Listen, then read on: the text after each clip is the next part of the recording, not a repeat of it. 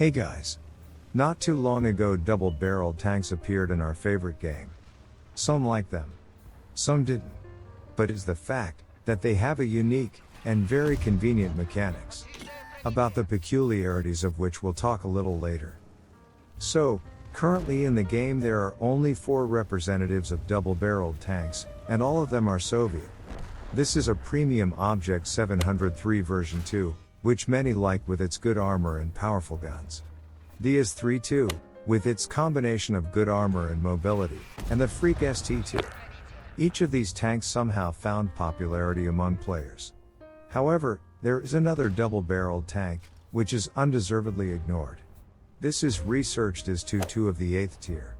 I'm quite certain that you haven't played this tank, or you have, but you didn't like it. Indeed, at first glance it's quite boring and unremarkable heavy tank. The average damage per shot is only 300. This is very little for an 8th tier heavy tank. Mobility is quite ordinary, nothing special. As for armor, it's pretty weak, as for a heavy tank. The forehead of the hull has armor about 190 to 210 millimeters. This armor doesn't frighten even medium 8th tier tanks, not to mention 9th and 10th tier tanks. IS-2-II also has one of the lowest planks for 3 marks among all tanks of the 8th tier. From the foregoing, many players have the opinion that this is a pretty weak and boring tank, which isn't worth wasting your time on. But what if I told you that it's not? What if I told you that the IS-2-II is one of the best heavy tanks at the 8th tier? Is it? Let's figure it out. The first thing worth mentioning is that the armor of this tank is not weak at all, it just needs to be used properly. For example, playing on the IS-2-II, you hide your hull forehead and the enemy sees only your side and cheekbone. In this case the minimum armor value for the enemy is about 240 millimeters. This is one of the main features of this tank's armor.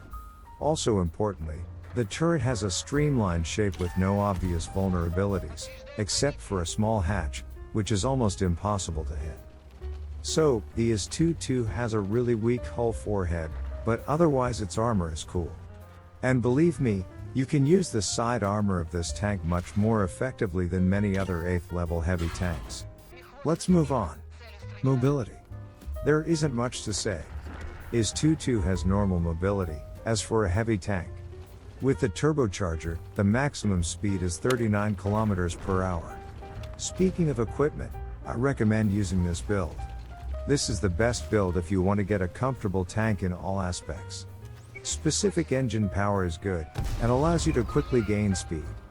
In general, the mobility is beyond question, which can't be said about the guns. Damage per shot which is really low. Shooting on IS-2-II, you will often see 280, 270 and the like. At first glance this is a minus. But this is only at first glance. In fact, if you learn how to use these guns, you can sustain more than 2000 damage per battle. Look. The average damage of most level 8 heavy tanks is about 390. At the same time the reload is more than 10 seconds. Sometimes there are situations where you have to kill the tanks with less than 100 health points, and then reload for about 10 seconds. This is not comfortable, agree. During this time, the IS-2-II gun only takes about 7 seconds to reload. At the same time, you have the ability to fire 2 guns, dealing 600 damage. That's more than any tier 8 heavy tank. That's the main advantage of IS-2-II firepower over other tanks of the 8th tier. Universality. In any situation you will feel confident and not regret the failed shots. Now let's look at why, currently, this is the best double-barreled tank in the game. There's a simple thing.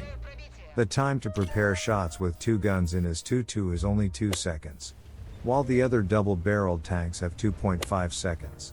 Making a successful salvo on the IS-2-II is much easier, though the damages will not as great. Thanks to the quick reloading of the guns, the IS-2-II is also quicker to recover from a salvo. This, again, emphasizes the universality and comfort of the IS-2-II. It is also important to mention that the IS-2-II has excellent stabilization, as do all double-barreled tanks. In general, if you have never played IS-2-II, or you have, but you didn't like it, I strongly advise you to try to play this wonderful tank again. And also, If you plan to start grinding the branch of double-barreled tanks, you can safely start, you won't be sorry. Well, thank you for watching this video to the end. I hope you found it useful. It's time to say goodbye. Good luck to everyone. And remember, don't play World of Tanks.